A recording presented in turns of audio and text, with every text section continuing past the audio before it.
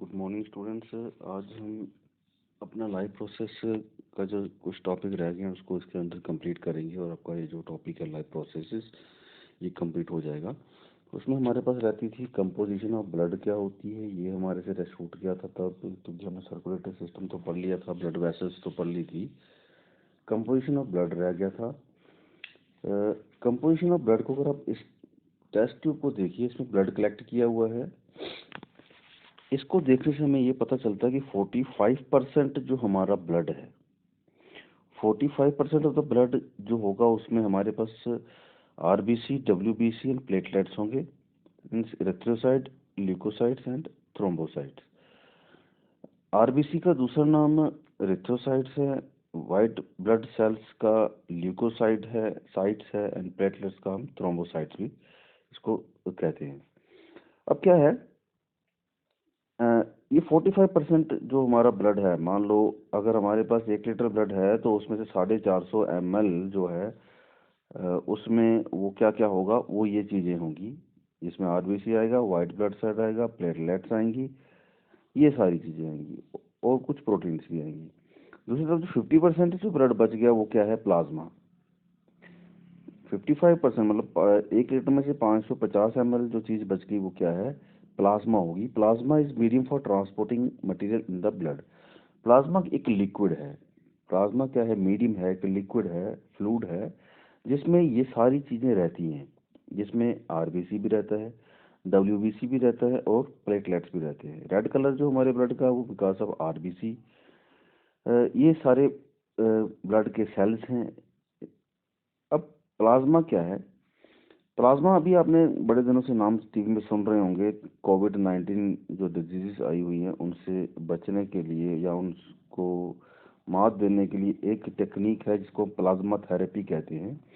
उसके अंदर क्या होता है, जिस पेशेंट मतलब क्या होता है, जब कोई बीमारी हमारे शरीर में एंटर करती है उसको हम एंटीजन कहते हैं। मैं बाहर से अगर कोई वायरस, बैक्टीरिया या कुछ भी हमारी बॉडी में एंटर करता है वो एंटीजन है। तो उससे हमारी बॉडी फाइट करती है, क्योंकि आपको पता है हमारी बॉडी में इम्यून सिस्टम, जिसको डिफेंस सिस्टम भी कहते हैं बॉडी का, जो ये कंसिस्ट डब्ल्यूबीसी का बना होता है, ज़्यादातर डब्ल्यूबीसी होते हैं उसमें। अब उससे लड़ने के लिए हमारी बॉडी जो है अपने सिपाही भेजती है।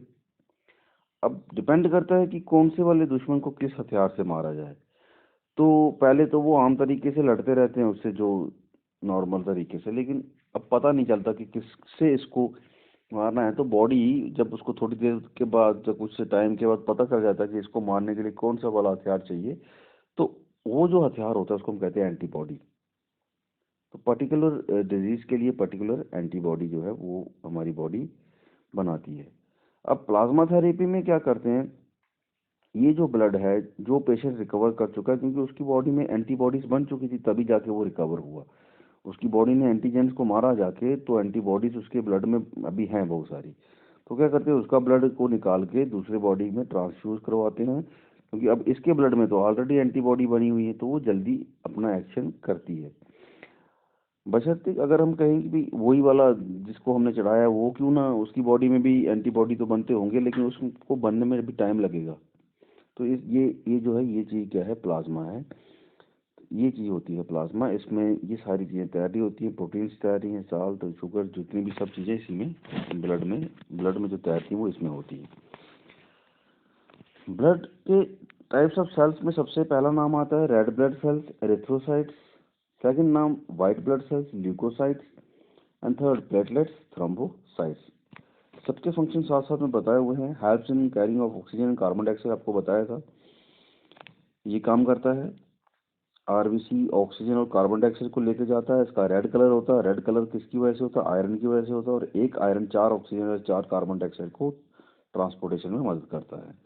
दूसरा डब्ल्यूबीसी है, ये फाइट अगेंस्ट इन्फेक्शन या डिजीज है, और इसके फर्दर ये वाले टाइप्स हैं इसके सेल्स की, लिम्फोसाइट्स, मोनोसाइट्स, न्यूट्रोफिल, ये डब्ल्यूबीसी है, ये डिफेंस सिस्टम हमारी बॉडी का। तीसरा आ गया प्लेटलेट्स, इसको हम थ्रोम्बोसाइट कहते हैं, हेल्प्स इन ब्लड क्लॉटिंग। आपको पता होगा वही बार हमें कट लग जाता है तो थोड़ी देर के बाद ब्लड जम जाता है, क्लॉट हो जाता है। ये नहीं कि एक बार लग गया और बहता रहेगा पूरी उम्र उसको, ऐसा तो नहीं होता है। और ये जो हीलिंग की पावर है वो किसकी है, बिकॉज ऑफ प्लेटलेट्स। ये प्लेटलेट्स है, और हमारी बॉडी में ये प्लेटलेट्स एक प्रोटीन बनाते हैं, इसको कोआगुलिन कहते हैं, और जमने में वो क्या करती है, ब्लड को जैसे ही बाहर ऑक्सीजन या एटमॉस्फेयर के कांटेक्ट में आता है तो वो जमना शुरू हो जाता है। ब्लड वेसल्स के अंदर नहीं जमने वाला काम भी ये जो प्लेटलेट्स करते हैं। ये सारे जो ब्लड सेल्स हैं ये हमारे बोन मैरो में बनते हैं। बोन मैरो हमारे हड्डी जो है, हमारी बोन जो है बीच में से हॉलो होती है, खाली होती है, उसके बीच में टनल है, उसको हम बोन मैरो कहते हैं। और वहीं पे डब्ल्यूबीसी आरबीसी सारों की जो बनते हैं वहीं पे बनते हैं। ये था ब्लड के बारे में। अब हमने एक और चीज़ देखनी है, ब्लड प्रेशर।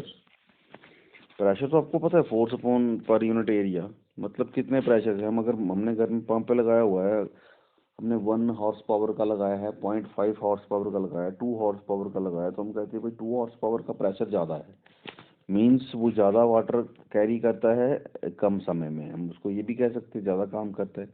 लाइकवाइज हमारे ब्लड जो हमारा पंप है उसका भी प्रेशर है। उसका प्रेशर जो होता है वो हम उसको कहते हैं 120। जब कभी भी चेक करवाएं तो जो नॉर्मल ह्यूमन बीइंग है उसका जो ब्लड प्रेशर है वो क्या होगा, 120/80। जो ऊपर लिखा हुआ है, इसके ऊपर जो चीज़ लिखी है उसको हम कहते हैं सिस्टोलिक ब्लड प्रेशर। ये 120 नॉर्मल ह्यूमन बीइंग का है। ये इससे ऊपर भी हो सकता है और नीचे भी हो सकता है। तो सिस्टोलिक ब्लड प्रेशर इसको कहा जाता है। ये सिस्टोलिक क्या होता है, सिस्टोलिक सी आपको पता है, हार्ट ब्लड जब निकालता है तो उसको स्क्वीज करना, उसको कंट्रैक्ट करना, सिकुड़ता है, तब जाके अगर हमने बैलून में पानी भरा और हम उसको आगे से बांधा हुआ है, जब तक हम उसको दबाएंगे नहीं आगे से पानी जो है नहीं निकलेगा। ये हमने पकड़ के रखा हुआ है, तो जब तक दबाएंगे नहीं तब तक, या ड्रॉपर होता है, ड्रॉपर देखा है सबने छोटे बच्चों को दवाई खिलाने वाला, ड्रॉपर को हमने भर के रखा हुआ है दवाई से, हम जब तक ड्रॉपर को दबाएंगे नहीं तब तक दवाई जो है बाहर नहीं निकलेगी। इसी तरीके से जब तक हार्ट स्क्वीज नहीं करेगा, कंट्रैक्ट नहीं करेगा, तब तक ब्लड उसके बीच में से बाहर नहीं निकलेगा।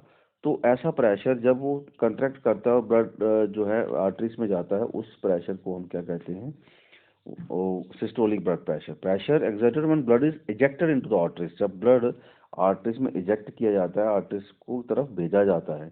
Normal blood pressure is 120 millimetre of mercury. Blood pressure हम 120 लिखते हैं और मिलीमीटर ऑफ मर्करी इसका यूनिट है। और बिलो और अबव भी हो सकता है। डायस्टोलिक प्रेशर क्या होगा, pressure blood exert with arteries between heart beats. अब ये वाला प्रेशर तब है, अब एक बार कंट्रैक्ट किया फिर से वो रिलैक्स करेगा, जब वो रिलैक्स करता है तब जो प्रेशर होगा उसको हम क्या कहेंगे, डायस्टोलिक प्रेशर कहेंगे। क्योंकि रिलैक्स करेगा तो दोबारा से तभी जाके कंट्रैक्ट करेगा। एक बार सिकुड़ गया, जब हम ड्रॉपर लेते हैं, हमने एक बार दबाया, उसको भरना हो तो फिर से क्या करेंगे, हम उसको छोड़ देंगे। जब हम उसको भरते हैं तो हम दवाई में डालते हैं, उसको दबा के रखते हैं, बाद में उसको छोड़ते हैं, दवाई वो सक कर लेता है। इसी तरीके से हमारा हार्ट ब्लड खींच रहा है वापस थ्रू वेन्स, तब और उससे लेके दोबारा कंट्रैक्शन तक, एक कंट्रैक्शन से दोबारा कंट्रैक्शन के बीच में जो टाइम है, जो ब्लड प्रेशर है, उसको हम डायस्टोलिक ब्लड प्रेशर कहते हैं। और ये 80 मिलीमीटर ऑफ मर्करी है। ये उससे ऊपर नीचे भी हो जाता है। अगर इससे ऊपर हो तो कुछ जो लिमिट होती है उसके ऊपर हो तो हम हाइपरटेंशन कहते हैं, हाइपर ब्लड प्रेशर कहते हैं। और इससे नीचे हो तो हम हाइपो ब्लड प्रेशर उसको कहते हैं। तो ये था आपका लाइफ प्रोसेसेस का पूरा चैप्टर। इससे पहले हम पढ़ चुके हैं काफ़ी सारी चीज़ें। ये मेरे ख्याल से तो कंप्लीट हो चुका है। अगर आपके पास कोई क्वेश्चन हो तो आप ग्रुप में पोस्ट कर सकते हो।